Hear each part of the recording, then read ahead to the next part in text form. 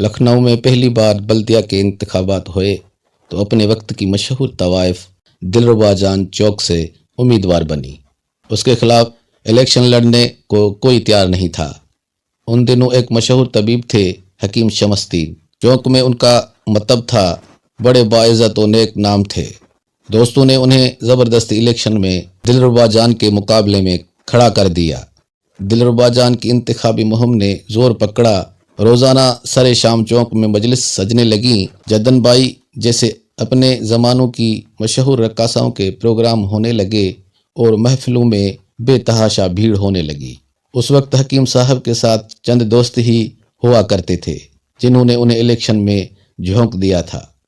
اب حکیم صاحب کو غصہ آیا کہ تم لوگوں نے مجھے مار دیا، میری شکست یقینی ہے۔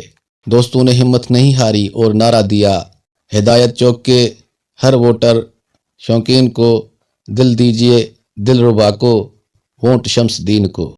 جواب میں دلربا جان نے یہ نعرہ دیا، ہدایت چوک کے ہر ووٹر شوقین کو دلربا کو ووٹ دیجئے، نبض شمس الدین کو۔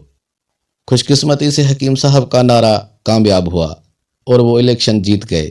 لکھنؤ کی تہذیب کے مطابق دلربا جان نے حکیم صاحب کو گھر پر جا کر مبارکباد دیتے ہوئے کہا، میں الیکشن ہار گئی، آپ جیت گئے، مجھے کوئی فرق نہیں پڑتا، مگر آپ کی جیت سے ایک بات تو ثابت ہو گئی کہ لکھنؤ میں مرد کم اور مریض زیادہ ہیں۔